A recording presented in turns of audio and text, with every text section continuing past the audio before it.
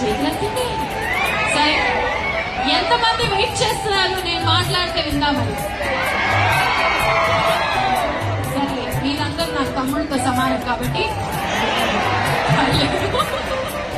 Okay.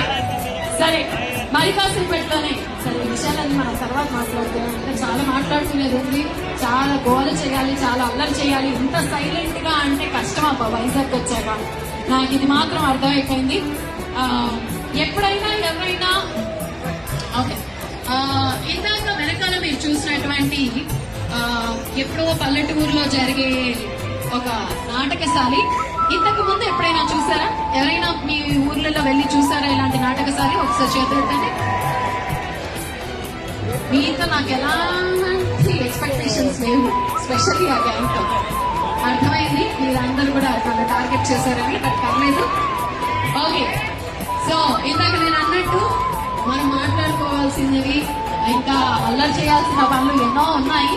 But formal గా మనం అందరం కూడా మరి కాసేపట్లోనే